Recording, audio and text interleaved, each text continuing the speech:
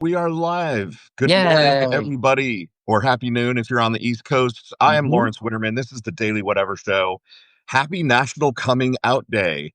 October 11th is always National Coming Out Day, and I am really happy to be joined today by Aidan Wharton and friend of the show, Brandon Ellrich. Guys, thank you so much for being here. How you doing? Doing Great. great. Wonderful. Both of us great. Happy coming out Yeah. Yeah, happy Coming Out Day. Yeah. Hooray. It's funny, right? Like I'm Gen X. National Coming Out Day, I remember when they started doing it, and I was kind of like, oh, that's a little scary, coming out day almost seems like, forcing people to come out or really kind of setting the expectation. And I got to admit, it really means something to Yeah. actually kind of be out there and show up as your true authentic self in the world. Um, Aidan, you're new to me. We're just meeting for the first time, and maybe new to some of the people on the show. Tell us about yourself. How did you get here, and what do you think of National Coming Out Day? How did I get here? What a fun question. Right. Interpret any way you want. Okay, great. I was born in Seattle, but moved to Hawaii when I was 6 months old. So I grew up in Hawaii. Grew up in a yurt in the middle of the jungle, and my process. I came out my like between my junior and senior years of high school, and fast forward, I went to school for musical theater. I was an actor for a while. I toured with Wicked, did stuff on Broadway, and toured. And now I am so happy to be fully in the Substack world. I read a Substack called Gay Buffet, which is gay culture and a sex column, and that's how I got here. Yeah, nice. Yeah. I love it. Well, we've got the Seattle connection. I'm in Indiana right now, which is Okay. where I was born. My family is here, but I lived in Seattle for 30 years. Wow. And actually thinking about it, probably I lived there when you were born there. 1995? I was there. There we go. There we go. Nice. Well, that is hilarious. Yeah. Brandon, you are regular on the show. I feel like, we've had you on a couple times. The people here know you and adore you. But just in case, we've got some new audience members. Tell us who you are. How did you get here? Whoa, how did I get here? Well, I started out on WordPress. Had a blog on there, and I self-published a book and wanted to kind of build an audience or whatever. And I don't know, I couldn't really monetize anything there. I mean, they had ads, but they were like, I made like a few cents for it. Wasn't really worth it. So then I found out about Medium, went on there a few years ago. I was on there for, I don't know, 3 years or something like that. I kept hearing about Substack, and I don't know, from some people I was hearing, it seemed like it was more for professional writers. Like had to have a professional niche or something like that, Right. I was like, well, that doesn't really sound like me.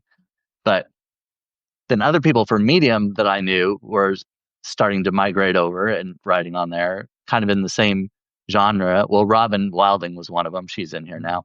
But that Robin Wilding. Oh, yes. So I was like, well, if they can do it, then I should be able to do it, right? So I started one, and I started it in December of last year. Really started to write regularly in January. So I haven't been on here a year yet. Yeah, but you've been taking off lately. You've really, I feel like, started to get big. Aidan, you're already big, at least in my mind. You've got a ton of followers. Brandon, your stuff is really starting to click, I think. And which is really exciting. I'm gaining paid subscribers and stuff, and I'm trying to I do audio podcasts and write articles and go on live videos. I'm just trying to do it all just to get whoever I can. Yeah. He dances.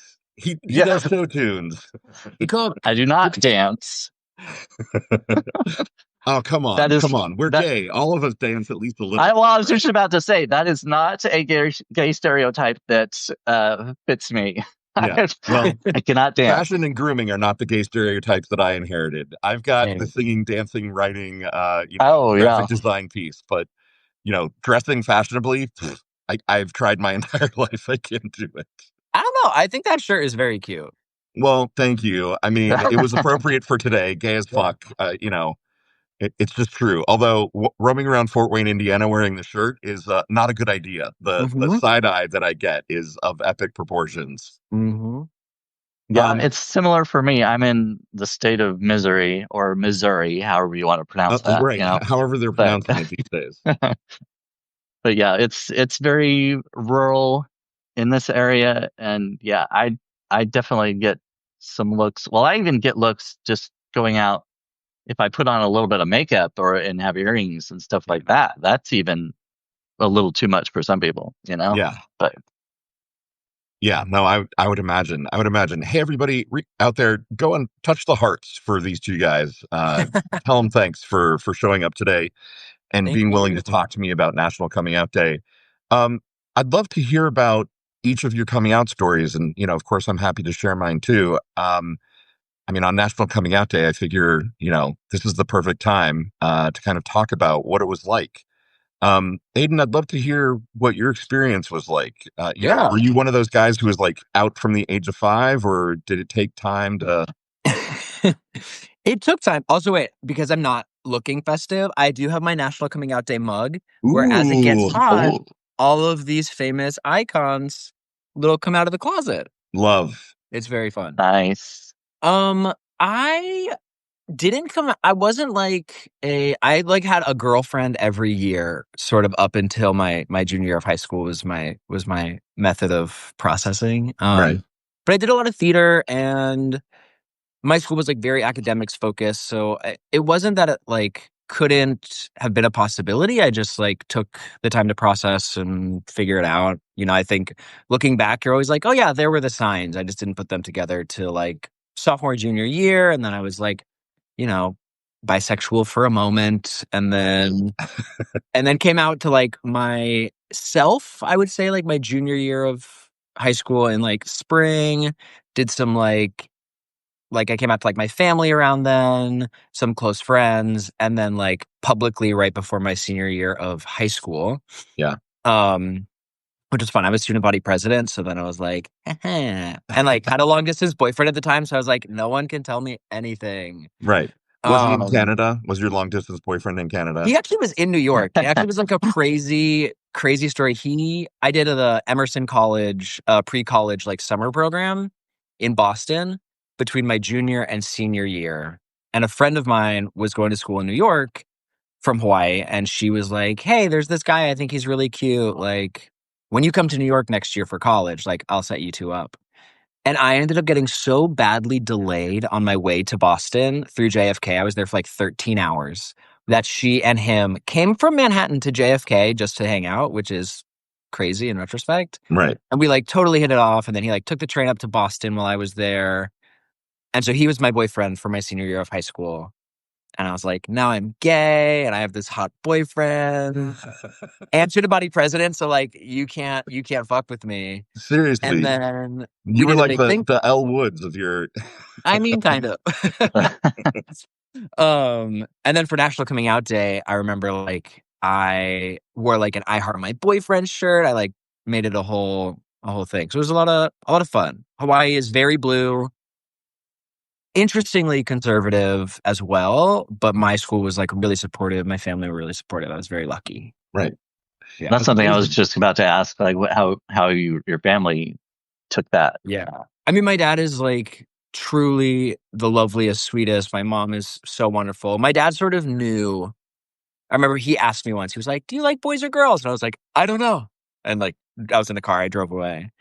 So he sort of knew, and my mom was a little more caught off guard, but they were so supportive and so lovely. I'm sure they'll watch this at some point. They read all my stuff, all my sex column. Oh, wow. Yeah, it's great. That's amazing. What I love, Aidan, about your story is I'm not hearing a lot of harshness, it sounds like to me, your experience was kind of lovely. You got to proceed at your own pace, and there wasn't, a great inner turmoil, it feels really natural, I guess, is what I'm saying. Yeah, it was. There was like a little bit like I remember in like middle school, like intercepting a note from my friends being like, "Do you think Aidan's gay?" And so there was definitely a lot of like processing turmoil. You know, I liked hanging out with girls more. I was a little bit more like energetic. I wouldn't say like quite flamboyant, but definitely not like as grounded as the other boys. Sure. So there was like definitely some like not fitting in, but not really a ton of bullying and any of that, which I'm really, really grateful for. Yeah. Yeah. That's amazing. Brandon, what about you? What was your story like? Well, in contrast, here we go, folks. Take us on. Yeah. I was a lot more introvert. I still feel like I am still an introvert, but I was a lot more introverted when I was growing up, and especially junior high and high school. Well, I guess all the way through school, basically. But I grew up in a very conservative, religious household, and I mean, I knew that I was attracted to guys. You know, of course, in the locker room and stuff like that, you want to like, you know, take a peek and stuff, you know, but I had to be very careful about not letting anybody else see me doing that, you know. Right, for sure. But I mean, yeah, there were definitely rumors every once in a while, but it may seem obvious now, but at the time, you know, being very shy and introverted and everything, you know, I didn't display any kind of many signs of being gay or whatever. I didn't have a girlfriend or anything like that, but you know, I wasn't, you know, the popular outgoing kid either. And then in college, I started to kind of explore my sexuality, went online and hooked up with guys, you know, through the dating apps. And well, back then I don't think there were even apps. It was basically like website. Right, yeah, personal ads or personal whatever. Ads, right, yeah, for sure. Yeah, but yeah, and then I kind of went backward. I was like, I hooked up with guys and everything, but I was like, I could never see myself being in a relationship with them because there's no way my parents would ever accept that. I would never be able to bring a guy home. Right. So I was like, I met a girl. We went out for a while. We we dated for like 6 months or something like that. Never had sex or anything, but I was trying to be straight. Basically, I was like, trying to live this normal life, you know, and I knew it wasn't going to work. I broke it off with her, and eventually I came out. I came out very gradually. You know, I came out to my best friend at the time, and she set me up on a couple blind dates that didn't really work out. But it was like one of those things where she's like, I know somebody that's gay, you know. Right. You must know each other. That's how it works, right? You know, this gay guy and this gay guy, they'll live happily ever after, you know? Right. It's just so easy. Yeah. God, I mean, I appreciate the effort, you know? I mean, she was trying to help me out and everything. That was great, but you know, it just didn't work that way.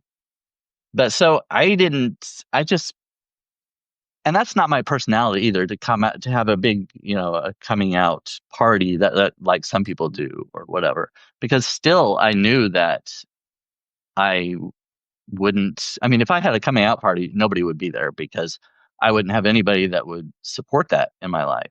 You know, my family, friends, community, the church I went to. No. Sweetie, if you invite me to your coming out party, I'm going to be there with bells on, okay? Yeah, right. Right. This could be a coming out party. Yeah. Right? I feel like we should have one now. I feel like we need to throw Brandon a coming out party. Yeah. Congratulations, it's a gay. So I don't know. I can't really define a moment. I guess the first time I expressed it to my best friend would be the time that I came out initially, and I was late 20. I was Aidan's age basically, and you know it went well with her. She already knew, of course, and she was trying to get me to come out. She's like, I know there's something you want to tell me, blah, blah, blah. She wouldn't say it, she wasn't going to out me, but she was kind of encouraged. She's like, I can help you. I was like, I don't think you can. Right. Really, I'm not sure you guess how complicated this shit is. Yeah. But, I eventually did tell her, and she's like, yeah, I know. And then, then she set me up on the couple of blind dates. But big heart for your best friend who, yeah. was there patiently waiting, right. and not forcing you to come out. That's amazing. Yeah. Yeah. So and I'm still, my parents know, my dad, now I won't go into all the details, but there was a situation where my dad at point blank asked me if I was gay, and I told him, yeah. And it didn't go well. It went exactly as how I expected it would. Yeah. He said, if you ever bring a guy home, nobody else will show up because, you'll be the only one there because nobody else will show up. Something like that, and I'm so sorry. Yeah. Yeah. That's just what it is. That's something I have to deal with. You can't make somebody change their minds or right. Change their whole how they've been raised and what they believe. Yeah. Yeah, it's got to happen within him, right? And it's a thing that it sounds like you recognize it may never happen with him. Yeah, and I've got to be okay with it. It's not really okay, I guess, but I'm okay with it. Right. I'm just going to live my life anyway, and I may never be able to bring if I meet a guy and we get married or whatever. I may never bring him home to the family. I don't know. I'd have to talk to him about that. I'd have to warn him, about if I do take you home, this is how she'll be received. Yeah. So. Yeah. Oof. I'm sorry. It sounds like, tell me to shut up if you need to, but it sounds like there's still a lot of hurt going on inside you for what you're dealing with. Yeah, I definitely wish it were different, but I've never had a close relationship with my dad.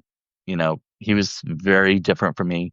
He's a farmer, and he was into hunting and fishing and farming, and I wasn't into any of that.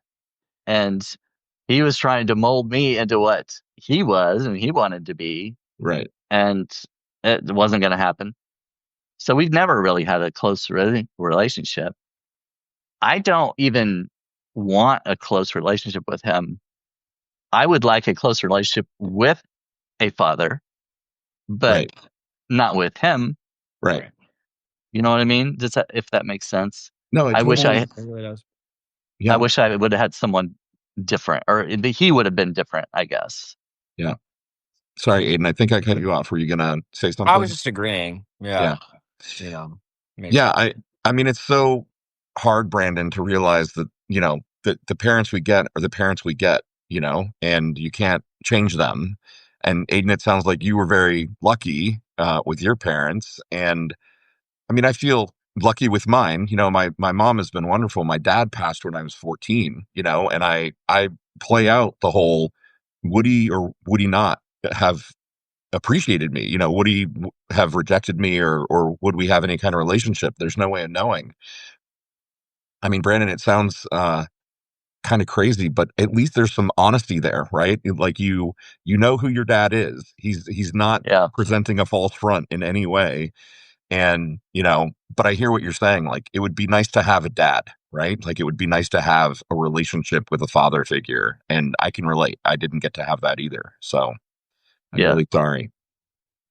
Yeah. I'm sorry. No, go ahead. Oh, I was just going to say, I still have a relationship with them. I still go to the family dinners and everything. We don't talk about gay shit, Right. Or politics, probably, or no. They talk about politics that I'm sure you can imagine what side they lean. I imagine there are lots of red caps floating around there. Yeah, I haven't seen any that they own, but I wouldn't be Red hat surprised with that. energy.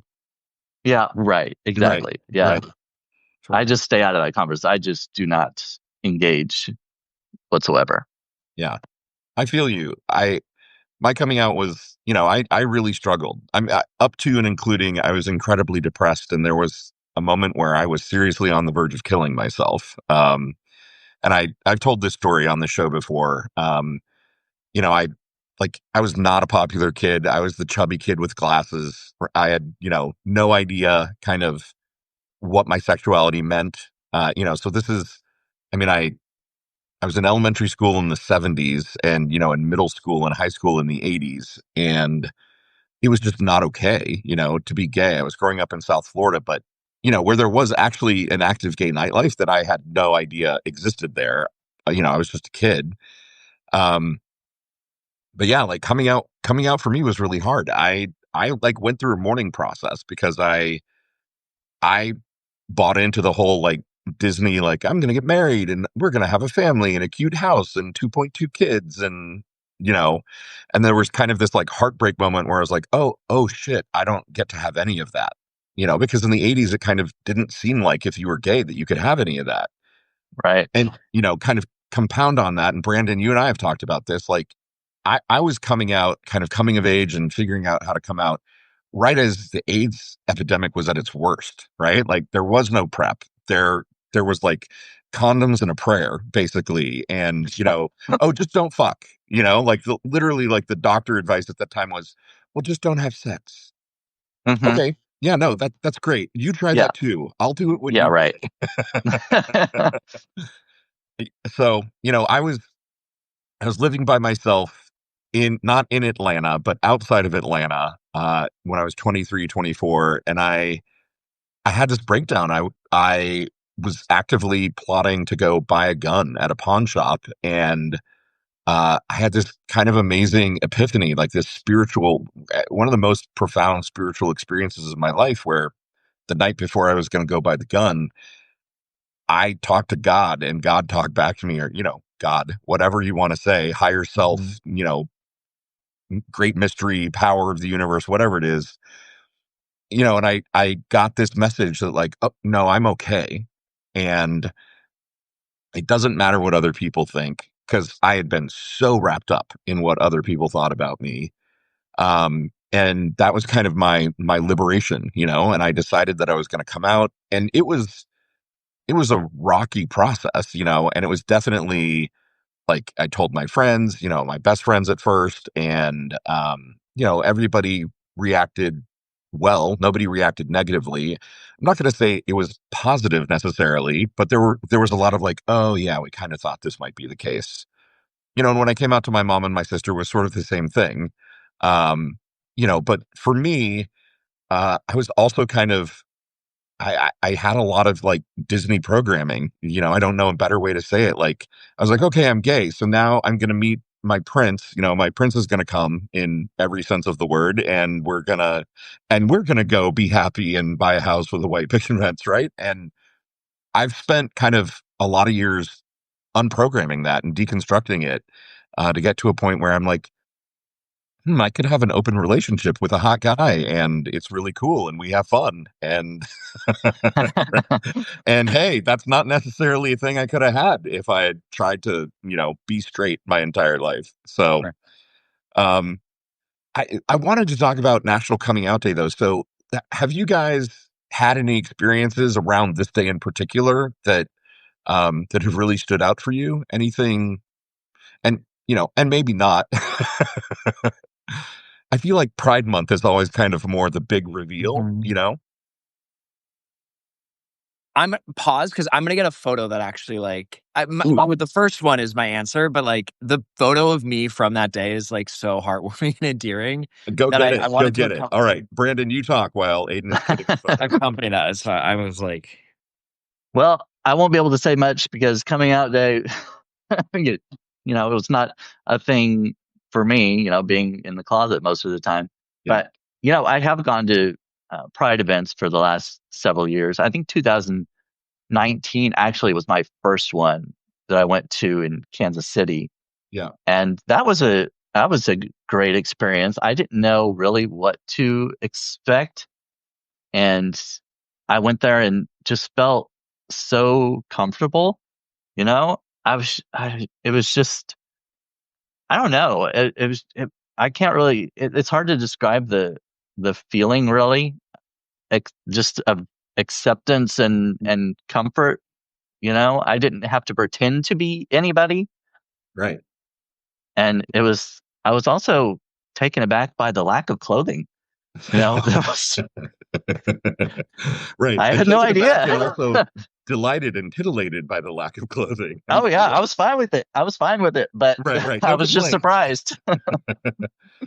Yeah, there's kind of nothing like your first Pride event as a queer person, like that feeling of like, oh my God, I'm among my people. That I'm not sure we as queer folks really get that experience. I mean, I guess maybe like a club, right? You could go to a club and be surrounded by gay folks and have that feeling of, oh my God, everyone else here is like me. But a Pride event, I think, is particularly special. Yeah. Aidan, did you find the picture? I found it. My Nice. iPod was dead, but we got it. Nice. Yeah, this was the first my first national coming out day. I'm like, is the glare? There we go. Aww. But I literally was like, okay, I had these like fun little gay socks. And that was it. That was like senior year of high school. And I was like, okay. But I do remember like being so nervous about being so like enthusiastic about it. And I Right. think, I mean, that's something I even like write about now or think about now. Is like being gay is probably like the biggest pillar of who I am. Like I remember when I did like my therapy intake form, we had our first session. My therapist was like, "So like being gay is really important to you." I was like, "It is." You're like, yeah, it is. Yeah, it really is. I'm here. I'm queer. Get used to it. Mm-hmm. And just like, yeah, I don't know. There has always been sort of like a really inexplicable pull, especially like history and community. And I think, there's so much, especially queer history, that was only verbal. So much of it got erased. And I just, Right. especially when I was traveling last year on tour, I was like, how can I go to each a queer space in each city and sort of learn all about this? And that to me is sort of like, I guess it's not really about coming out, but all of that was still like present when I was, a senior in high school. And I was like, no, I just like, I'm so happy to be gay. Like, and even to this day, I'm like, my life is so much better because I was gay. Like, I think that all the time. I think about the community and being able to live in New York and the opportunities. Like, I just am so grateful for it. Yeah. I vibe with that a lot. I've it took me a long time to get here, but I'm at the point now where I'm like, I'm so fucking glad I'm gay. I'm so proud that I'm gay. And my life is so much fucking cooler. I'm cooler because I'm gay. Right. I'm such a fucking boring straight white dude. Like, oh my God. Yes. Thank God. Absolutely. Yeah. I'm the same way. I mean, I think about like what I could have, what if I would have married the girl, my girlfriend, Yeah. and I just think about how miserable I would have been, because I went through depression too, like you, Lawrence. There was a point where I wanted to die. I came from a religious household, and I didn't want to go through with actually killing myself. So I prayed to God that he would kill me, like I didn't want to do it myself. So like, please, I can't, because I'm not going to change. I can't change. Right. So you might as well just. I like to joke, like if pray away the gay was a real thing, I would be the straightest dude in the fuck. I would have a 14-inch dick. I would fuck every woman on the planet. I would have 100 babies in every city. I would be so fucking straight. Like you cannot pray away the gay. I have tried with literally every deity I could think of. Even just Satan, try them all, for God's sake. Mm-hmm. Oh, New York. Hello. Yep. Okay, we're good. Yeah. Well, Brandon, I'm sorry, man. I'm Yeah. sorry you went through that, and I Yeah. really I feel it because I mean, me too.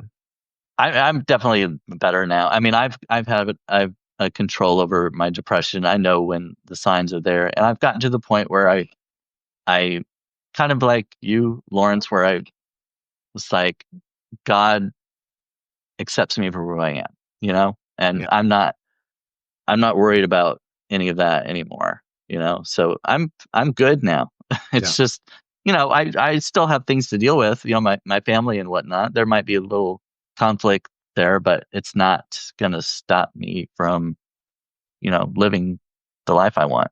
yeah, yeah. I hear you. I you know, I've gotten to a point where not only am I just happy and delighted to be gay, but I don't try to hide. I mean, I do think about wearing this shirt outside in Fort Wayne, Indiana, but Right. I'm not going Yeah. to deny who I am or obscure who I am for anybody. And I'm also not putting up with any bullshit. Like, thank goodness for me, I'm a big burly dude. Like, if someone wants to come at me, we can rumble. Um, so my experiences with National Coming Out Day, honestly, were mostly online, right? Mm. Back in 2006 when Facebook was brand new, you know, I remember on National Coming Out Day, like posting a photo and being like, here I am at Gay Pride, like happy National Coming Out Day. I'm gay. And, like Yeah. people from high school or whatever being like, oh my God. So that was kind of my biggest experience was online in terms of coming Yeah. out in a very public way and having people who might not have known, that they necessarily, I'm like, first of all, I don't know how you didn't know. Yeah. Because it's funny to me because like in high school, I would have died if anyone had guessed that I was gay. Like I actively tried to pitch my voice lower and make sure that there was no lisp whatsoever and, Mhm. kind of pretend, right? And now I don't care. And all the time people are like, oh, I had no idea you were gay. And I'm like, how? I fucking talk about Drag Race 24 hours a day, like Mhm. I will actively tell you who my favorite queens are, chiffon Yeah. and purses fall out of my mouth, like I just don't, how do you, okay, Yeah. let me tell you about my boyfriend's penis and how much I love it. It's also so interesting when people like say that like they still think it's a compliment. Right. Not so much now, but like especially like when I was younger and going through college, people were like, oh my God, I couldn't even tell. Like with the Yeah. implication that I was like, good for you. Right. And granted, like going to school for theater, like unfortunately that was like, I was like, oh my God, thank God. Like I can still play all these roles and say God, like which like really gave me some pause for how I wanted to present in the world. But Sure. it is an interesting fact. I also came out on Facebook, by the way, just before I was like, I have to do it before school starts. So my status was, let's get one thing straight. I'm not. And then I changed my profile picture to a rainbow flag. Nice. And then I was like, okay, Oh, everyone at yes. school knows now. And then we started school. I love that. And Yeah. like the first day, were you like walking through the hallways and people were throwing glitter at you and I mean, not glitter, but the student body, like the student council head, that teacher, she did give me a certificate of bravery. okay. Oh, wow. It was really funny because also like, again, like I feel so very fortunate that like, it was scary, but it wasn't, terrifying, I Right. think, or maybe intense. I sorta just was like, I wish everyone just knew. Like, I didn't wanna have to go through the process of telling everyone. I was like, I just wish everyone knew, and that was Yeah. how it was. But she gave it to me, and I was so embarrassed, but I was like, "Thank you." She meant very well. So Yeah. what would that have been like 2011, 2012? That kind of 2012, fall of 2012. okay. Nice. Yeah. Nice. Very cool. Well, not to bring the conversation down, but Brandon, I know you wanted to talk about Yeah. Matthew Shepard. And I mean, sorry for framing it that way. Like I still like die a little inside every time I think about Matthew Shepard. Like that was a Yeah. huge piece of the kind of coming out puzzle and story for me. Yeah. And he he grew up around the same time that I did, Yeah. and even if I had any kind of inclination of coming out, hearing that No, no way. I mean, because, well, if for those who don't know, Matthew Shepard was a young college student in Wyoming, and he went into a bar and was offered a ride home from two guys who pretended to be gay to get him into the truck with him. And on the way there, one of them took out a gun and started hitting him with it. Later, he alleged that Matthew had made a move, like he touched his leg or something, which didn't make a lot of sense because he said it was after he took the gun out. It's like, why would you make a move on a guy with a gun held to you? You know what I mean? It doesn't. Right. I think he was. I don't know. I think he was coming up with excuses or whatever. Because later in the trial, the defense lawyer used the gay panic defense. Sure. You know. So anyway, they took him out in the middle of nowhere, beat him, and tied him to a fence. Sorry. I every time I talk about it or write about it, I start to get emotional. Yeah. Of course. It's I mean, I didn't know him personally, but I always think that I could have been him. You know what I mean? Like, same.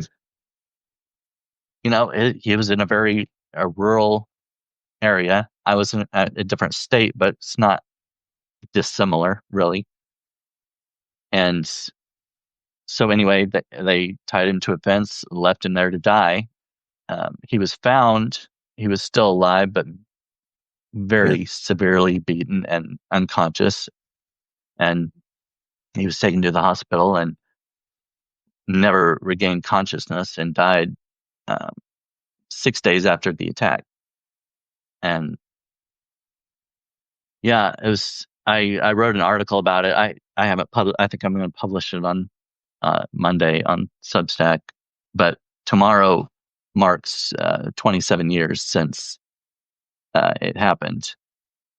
I think I don't know if it's the incident or his death, but I can't remember now. I've lost. Yeah. Mm-hmm. But anyway, the two guys involved were found guilty of kidnapping and robbery and first it was attempted murder until he died, and then it was upgraded to first-degree murder. Right. One of them pled guilty and got 2 consecutive life sentences, and the other one, he was eligible for the death penalty, but Matthew's father and, I guess his parents worked to deal with the lawyers to have that removed. And his father read a statement directed toward Aaron McKinney and said, "I'm going to grant you life,"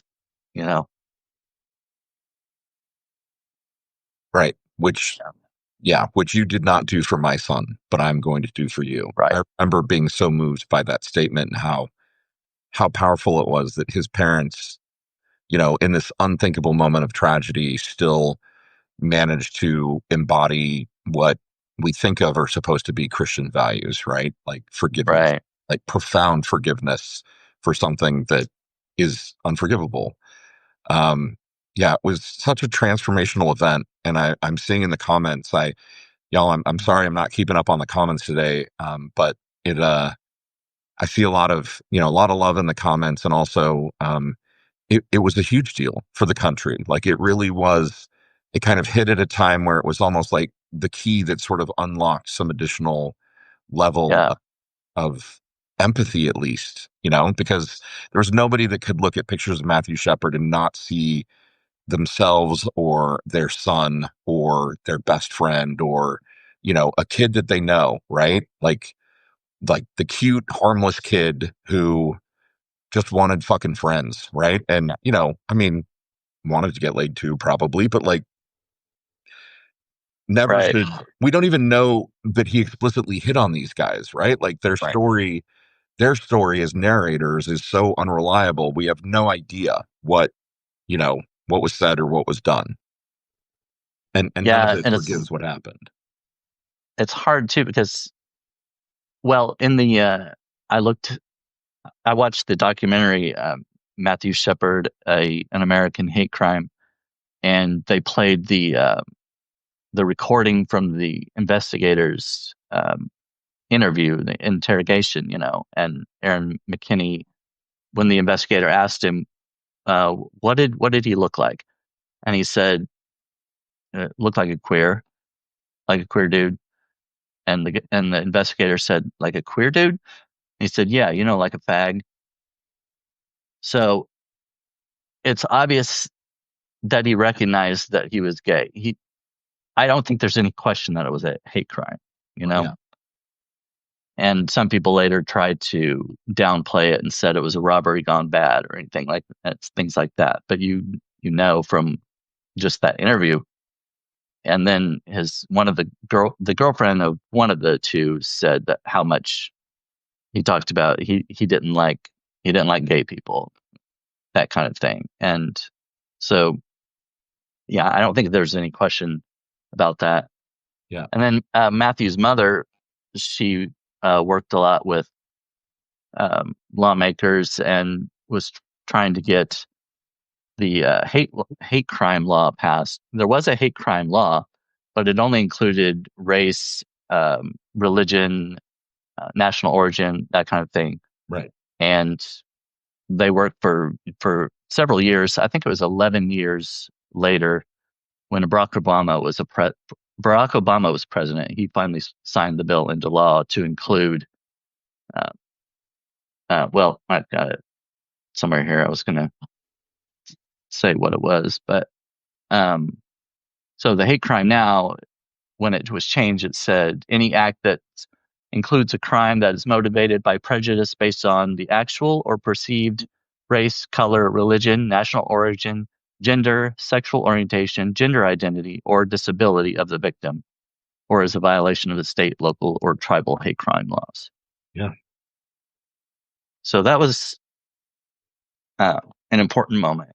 Yeah.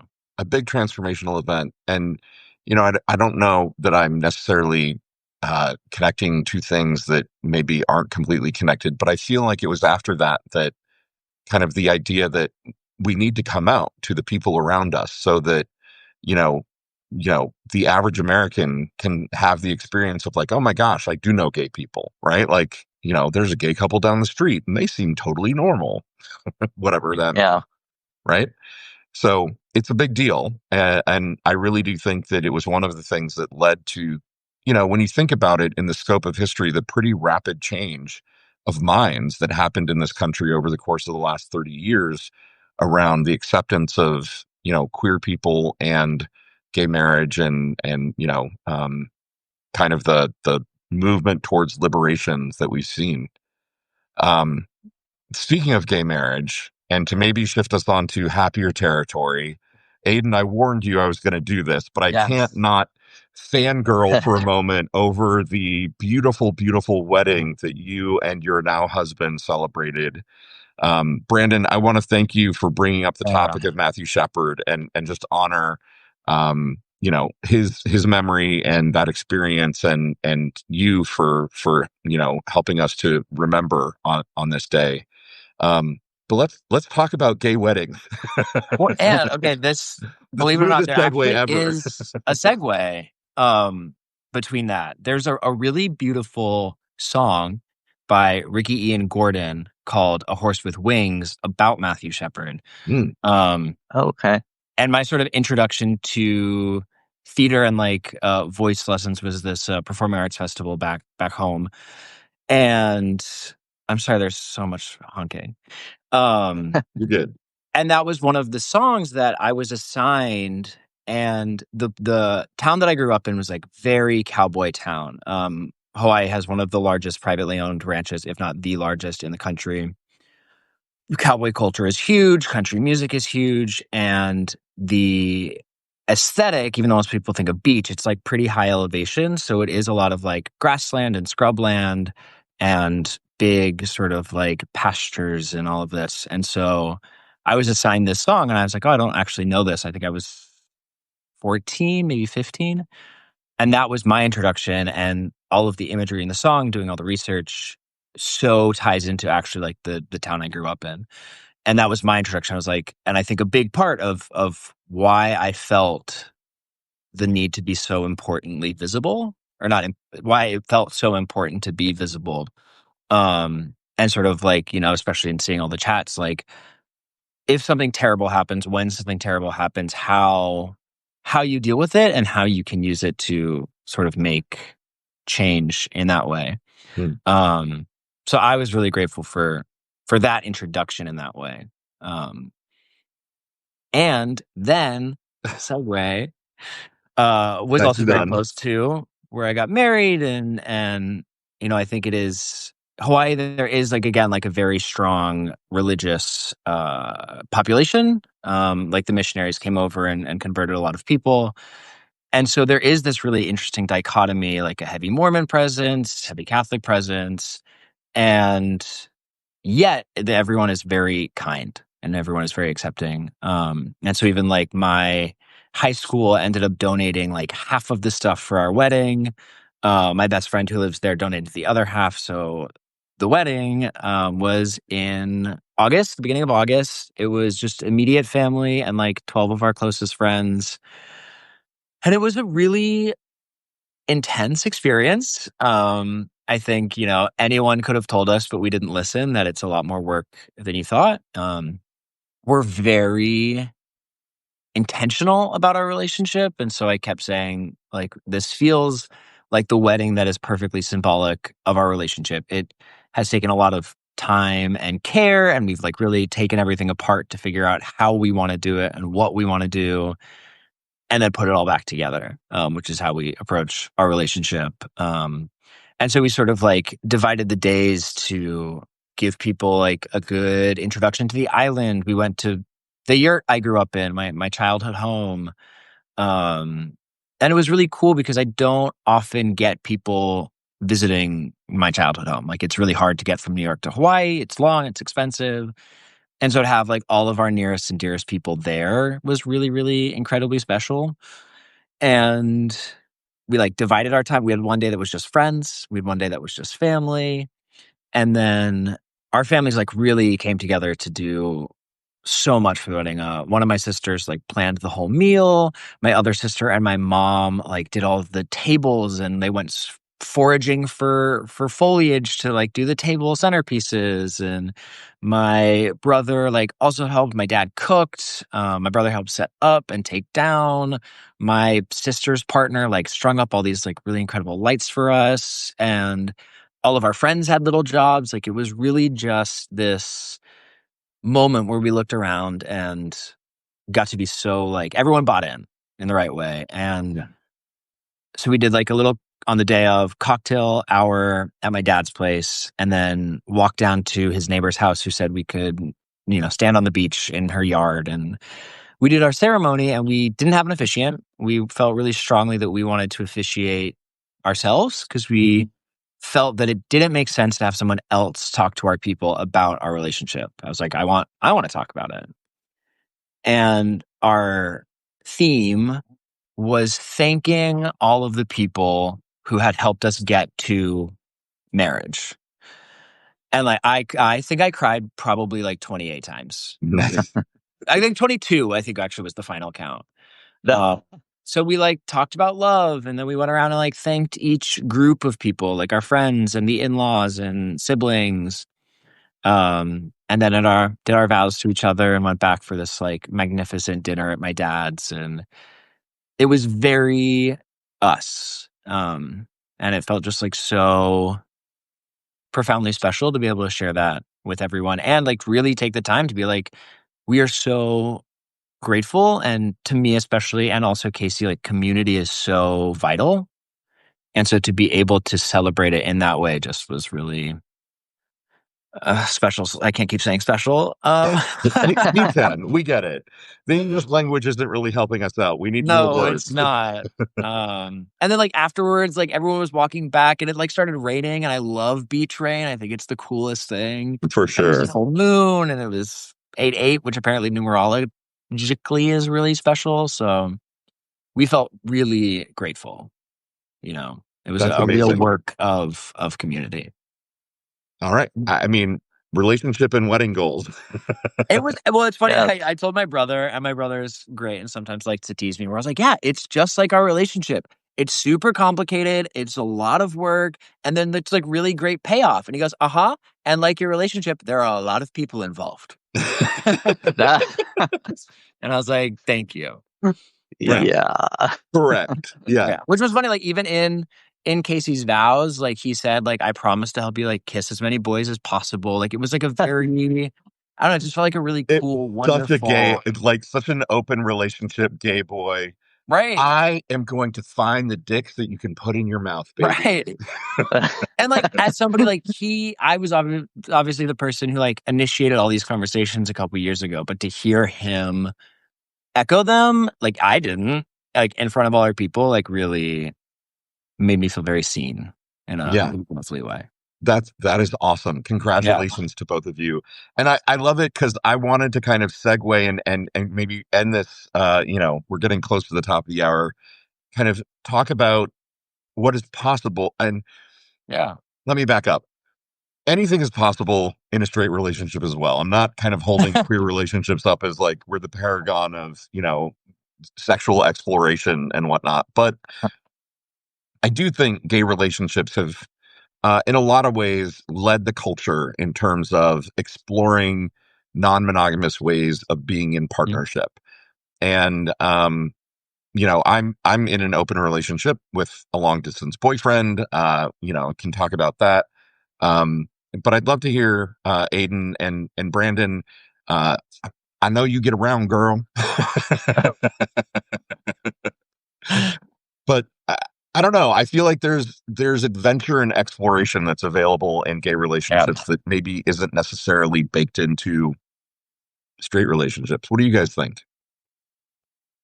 I mean, I could talk about this forever. Brandon, do you want to start us off?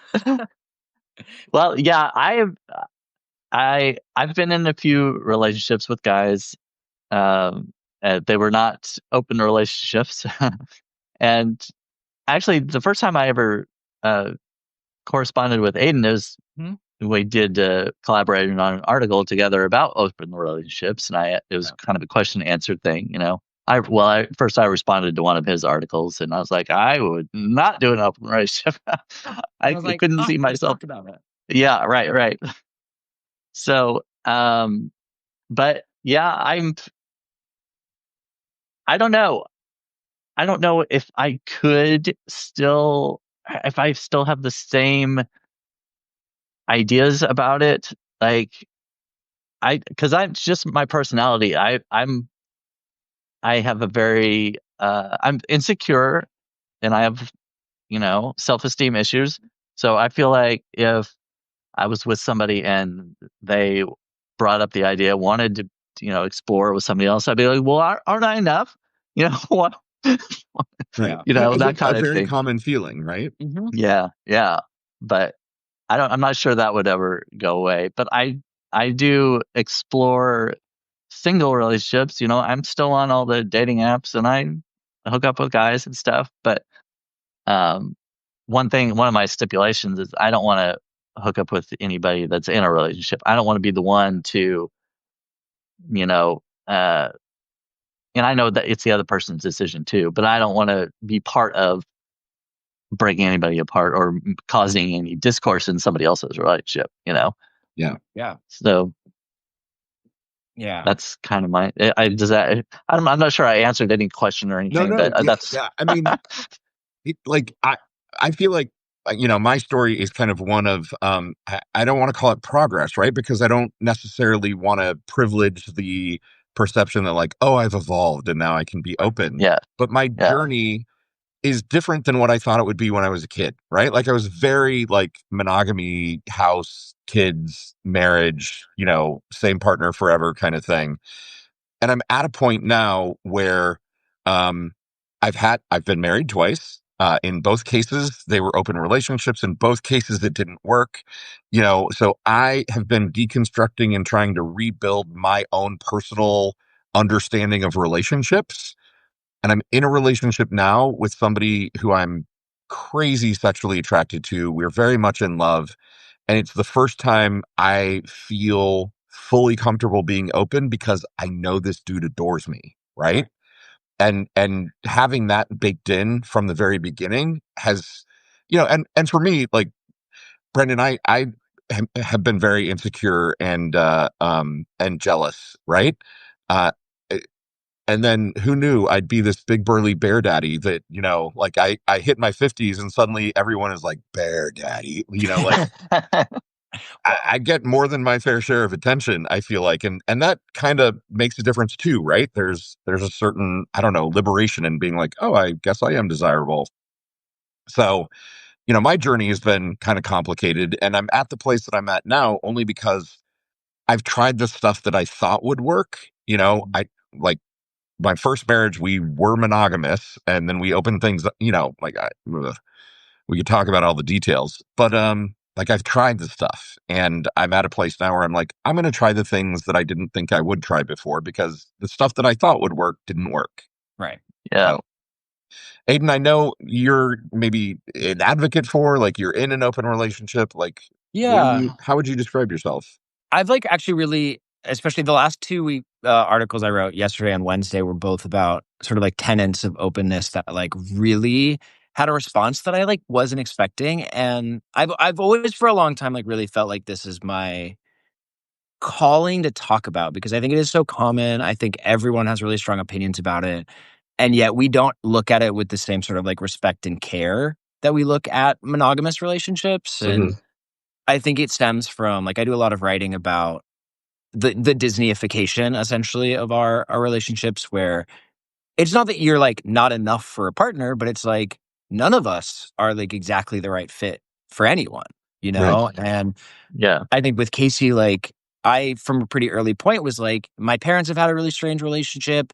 I moved to New York and dated a throuple and dated a couple. And I've seen all of these different types of relationships.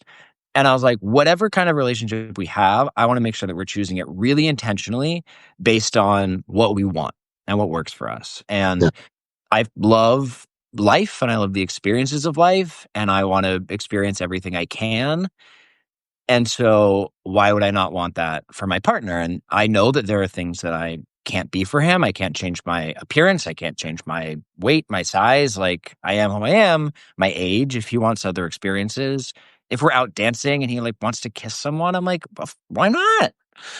And I think what most people are afraid of is like the jealousy of not feeling enough. And it took us a really long time to work through that, but we wouldn't have done it otherwise. Like we dealt with some really intense abandonment issues and really learned that what we thought was trust wasn't the right kind of trust. And all of that stemmed from like intense feelings of jealousy or fear. And I was like, well, what are we feeling fearful of? Okay, we're feeling left out. Okay, so we have these like feelings of left out that like come from childhood. How can we fix those? Like, I don't advocate as well that I'm like, this is the, evolved relationship for everyone.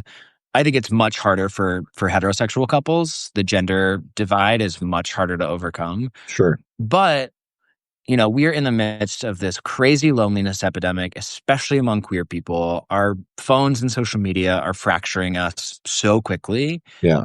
And in my opinion, the only way that we can fix this is by starting with our personal relationships. And that's friendships, family, coworkers, partners, friends you have sex with. Like there's so many out there. And I'm come from a place where I was like, I don't want to close myself off to any of those. We're Casey, our communication is really strong that we talk about everything beforehand, we figure it out, and we let each other thrive as best we can. Yeah. That That's amazing. That's great. That's my TED Talk. No, right. Thanks for coming to my TED Talk. We're bumping right up against the top of the hour. I feel like I could talk to you guys for hours, and we should probably do this again. Yeah. Aidan, I loved what you just said. So much of it resonates with me. Like I've encountered a lot of those issues too, and also, really digging into where is this rooted in me? Like it's almost like somatic therapy. It's like, okay, well, I'm feeling jealous. Where does that jealousy live in my body? Oh, it's my heart, and it makes me feel like I can't breathe, and really just kind of unpacking that and figuring out where does that come from? Right. And for me, a lot of it is just very early childhood, not feeling love, not feeling appreciated, not feeling seen. Yes.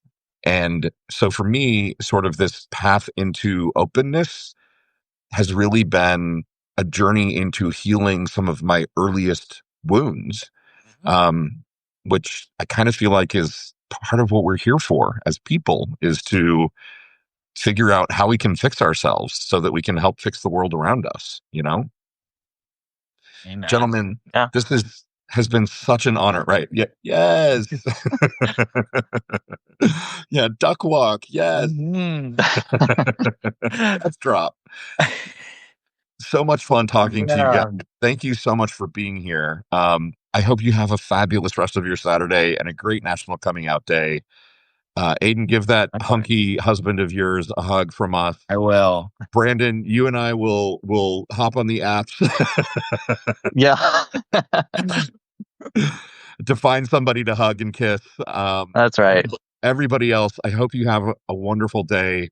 Yeah. Thanks for being here. Let's talk again soon. Yes, please. This was great. Yes, thanks. It's great. Thank you. Bye, everyone. Love you. Mean it. Bye. Bye. Bye.